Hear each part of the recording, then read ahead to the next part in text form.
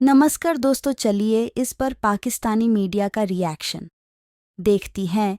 अगर वीडियो पसंद है तो लाइक सब्सक्राइब करें, दोस्तों के साथ शेयर। जय हिंद। और ये बात पाकिस्तान नहीं बरतानिया की अखबारात बता रही हैं। इसी तरह से हरदीप सिंह निजर जो कि कैनेडियन शहरी था और उसका वहाँ पर कत्ल किया गया, उस हवाले से एक अहम पेशरफ्त ये हुई है कि इसी महीने में चौथा एक ऐसा मुश्तबे शख्स गिरफ्तार किया गया है जिस पर इल्ज़ाम है कि उसने उस पूरी प्लॉट जो कि बनाया गया था हरदीप सिंह निजर को कनाडा के अंदर, वो जो खालिस्तान मूवमेंट का हिस्सा बना हुआ था और उसके लिए वो एक्टिविस्ट के तौर पर काम कर रहा था, उसका कत्ल किया गया। और अब तक कनाडा के अंदर 4 भारतीय शहरी जो हैं वो गिरफ्तार हो चुके हैं। और इस हवाले से जो Canadian prime minister Justin Trudeau हैं, उन्होंने अलल ऐलान कहा था कि कनाडा के अंदर सिखों के कत्ल में भारतीय खुफिया एजेंसी रॉ के मुलव्वस होने के ठोस शवाहद मौजूद हैं। इसी तरह से समंत गोयल जो कि उनकी एजेंसी के टॉप एक ऑफिसर थे, उनके हवाले से अमेरिका के जो जस्टिस डिपार्टमेंट है उसने भी बताया कि चेक रिपब्लिक के में मुकीम एक शहरी जो कि भारतीय शहरी था, उसने भी अमेरिका के अंदर इस किस्म के जो प्लॉट्स बने थे कि किस तरह से सिखों को जो कि एक आज़ाद वतन के लिए अपनी तहरीक चलाए हुए हैं उनको कत्ल किया जाए।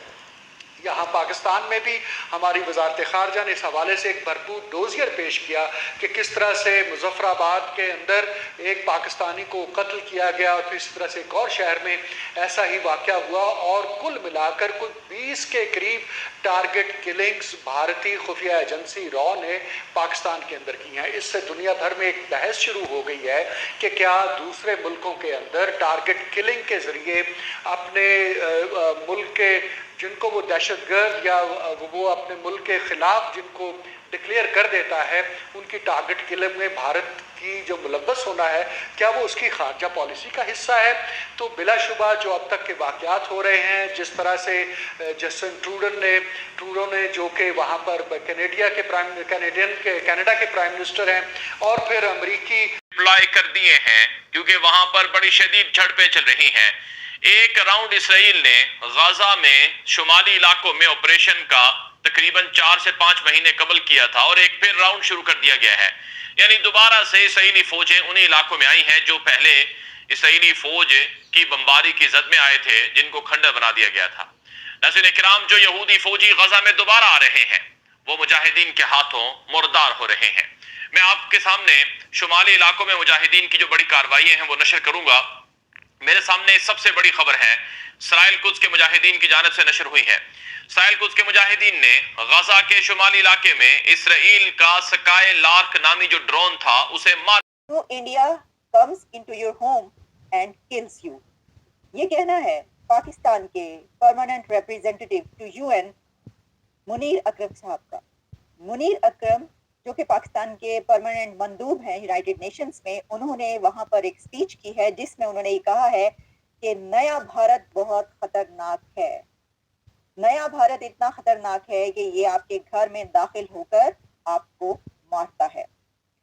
मुनीर अकरम साहब की ये स्टेटमेंट असल में वही स्टेटमेंट है जो कि भारतीय प्रधानमंत्री नरेंद्र मोदी साहब ने अपनी एक स्पीच के दौरान कुछ दिन कही थी। कुछ दिन पहले नरेंद्र मोदी साहब ने कहा था कि हमारा दुश्मन भी अब हमें जानता है, इंडिया का, भारत का दुश्मन भी अब ये जानता है कि उसको उसके घर में घुस कर मारेंगे। तो मुनीर अकरम साहब ने उसी स्टेटमेंट को, नरेंद्र मोदी साहब की उसी बात को वहां पर रिपीट भी किया है।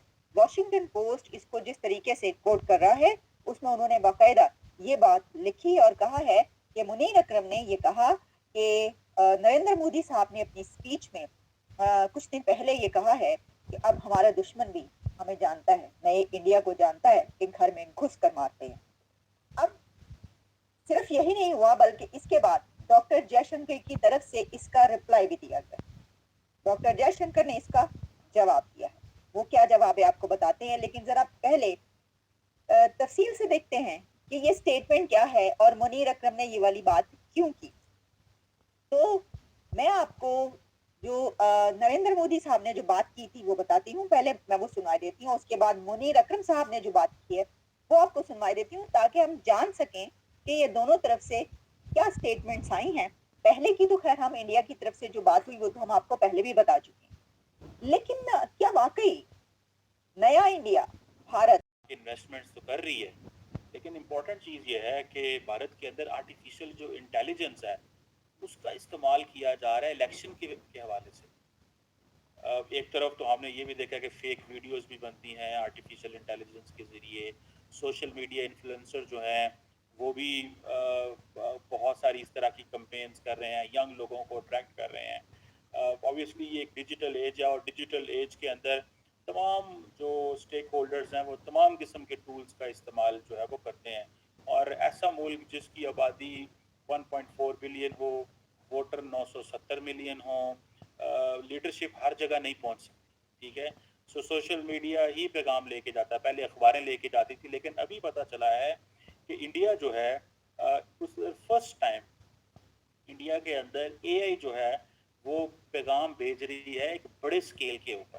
ٹھیک ہے جی, اور یہ آپ سمجھ لیں کہ ایک پیک شیڈول ہے پولیٹیشینز کا کہ وہ اس طرح کا کنٹینٹ کریٹ کروا رہی ہیں. پولیٹیکل پارٹیز جو ہے وہ کنٹینٹ کریٹ کرا رہے ہیں, اور A I generated images, audios, videos direct politicians کو ہیلپ کر رہے ہیں